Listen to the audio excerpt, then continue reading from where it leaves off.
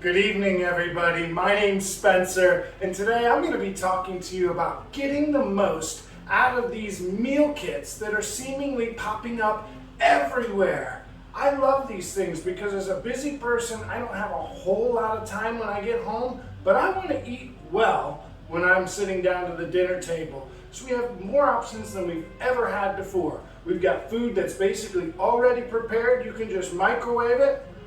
I don't need to give you any directions on how to do that. We've got kits that are very involved, that are just basically everything in one box. They have great instructions on how to prepare those as well.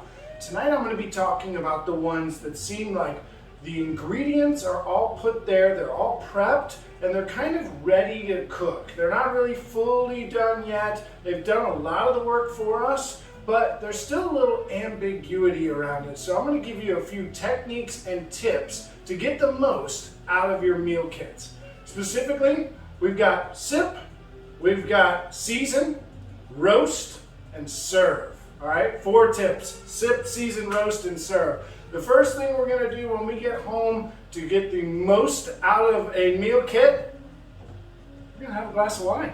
Of course. Hey, just because we're busy and we are cooking as quickly as possible so we can get back to our lives as we know it, doesn't mean we don't have time to have a glass of wine. And if anything makes an ordinary meal warmer, more fun, more enjoyable, it's wine. So tonight I am having a glass of French Blue Rosé from Bordeaux, France. This is one of my favorite wines, and I'm going to tell you more about it in just a little bit.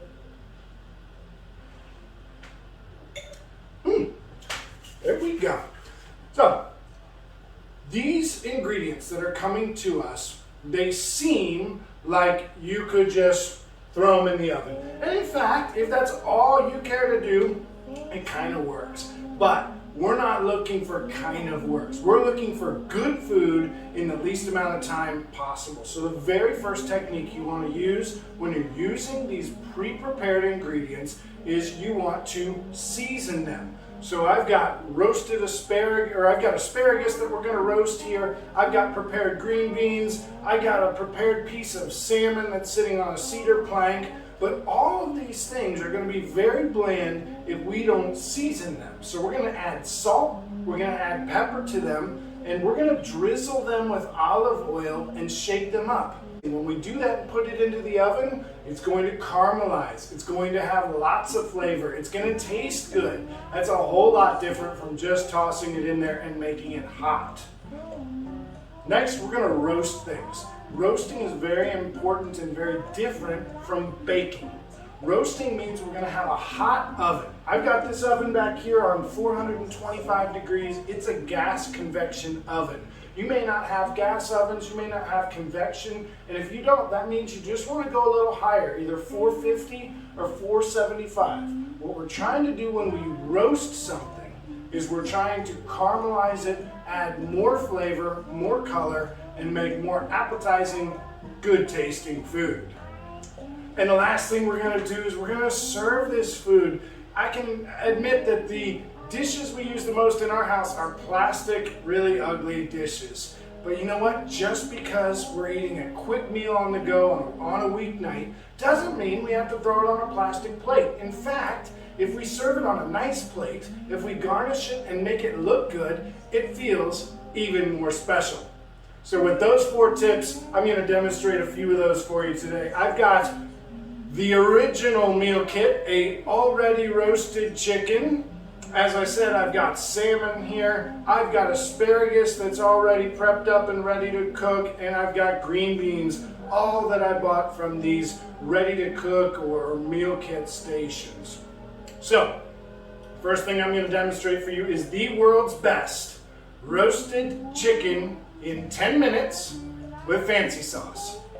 Let's take a look at how to do that. So for the first step, for the best 10-minute roasted chicken in the world with fancy sauce, we are going to start with a oven-safe pan. And we're not going to start with a raw chicken. I mean, that couldn't be done in 10 minutes. We're going to start with a roasted chicken. So into the pan goes our roasted chicken. And then right behind it, we're going to put cloves of garlic that have been sliced in half. We're going to put rosemary and thyme that come in one of those nice handy little packets with several different herbs included. And we're going to throw butter. That's right, lots of butter.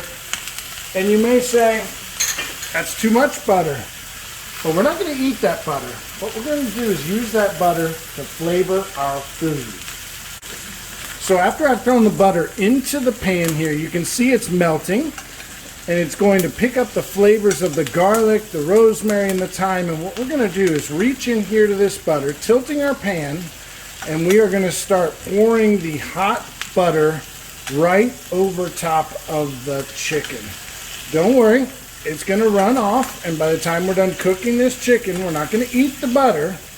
We want to make sure these herbs are right down here in the hot butter, so that butter can pick up the flavor of those herbs.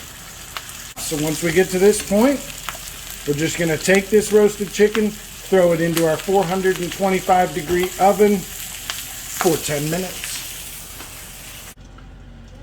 Now it's time for fancy sauce. Well, you might ask, why do I call it fancy sauce? That's because if we called it what it actually is, nobody would be impressed. So we're going to start with a little olive oil in our pan, some slivered garlic, getting that to saute for just a moment here until it becomes fragrant. We don't want it to burn, but we don't want it to stay raw. And once we can smell the garlic, we're going to take it away from the heat, squeeze a lemon, and we're actually going to use a chicken gravy packet. That's right, in goes the packet. After we've thrown our gravy packet into the fancy saucepan, we're going to add our water according to the package directions, and we're going to whisk. Using this gravy packet saves a lot of time. It tastes really good, and if we didn't call it gravy, nobody would even know. So we're going to give this a stir, bring it up to temperature. Okay, once that fancy sauce has started to boil, it's thickened up, and that's all we need to do besides add a quick pinch of parsley. We'll cut the heat off, stir that parsley in, and set it aside. That's fancy sauce. Let's talk about this great bottle of rosé that I'm drinking. This is French Blue Rosé from Bordeaux, France. It comes from the Entre-deux-Mers region, which is wonderful for making rosé. This is made by Stephanie Riven. She's an American winemaker who was making wine out in California. She followed her dream, moved her family to Bordeaux, and they are on site in Bordeaux making this wine, and it is delightful. When I smell the wine, it smells like beautiful, vibrant pink fruits, strawberries, watermelons, even Rainier cherries. And when we taste it, it's got wonderful texture on the palate. It is so refreshing in its acidity and minerality that this wine goes with lots of different foods. So whether it's a hot summer evening or a cold winter night, this wine will go with all kinds of different foods, and it definitely goes with good times. So French Blue Rosé, it's my new favorite rosé. Grab a bottle, give it a try for yourself. The next one I'm going to show you how to prepare is the most tender, quick, and easy salmon you could ever dream of. So I've got a piece of salmon on a cedar plank that came from the ready-to-cook section. I like to buy the chicken or the fish or whatever protein it is unseasoned and season it here at my house. If you like them to season it and you don't even have time to season it on your own, that's okay. But for me, I like to season it here at the house. So I'm going to take my piece of salmon on a cedar plank, place it in aluminum foil. I've got mayonnaise that I'm going to just really quickly coat the top of the fish with. going to season it with salt and fresh ground pepper. And I'm going to put a few capers on top of it. Not only do these look festive, they add a really nice flavor to it. I'm going to take that aluminum foil and crimp it in the middle. And we're going to take the other sides, crimp it there, crimp it back, and then crimp good those each end.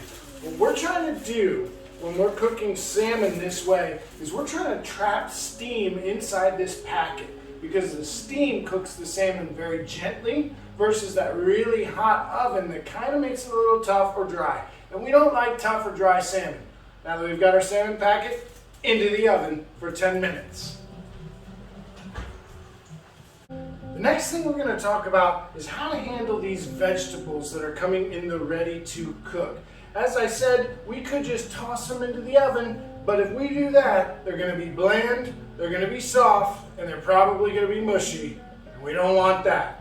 So the first thing we're going to do is take a little bit of olive oil on our asparagus, drizzle it there. We're going to drizzle our green beans that we got with olive oil. We're going to take a little fork and just make sure that all the vegetables are coated all the way around as best we can.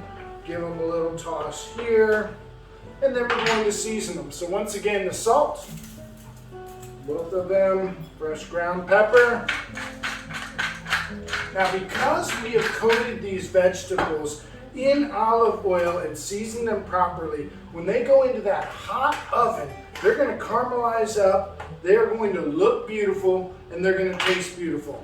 So into the oven with our vegetables. Once our salmon and vegetables and chicken have roasted in the oven and become delicious, the only thing left to do is place them carefully on a plate, garnished with fancy sauce, and a lemon wedge if you like. Who would have thought that just a few ingredients and good technique could yield such great results? I hope this video has been helpful. I hope you've enjoyed it, and I hope you enjoy a glass of French Blue Rosé. Cheers.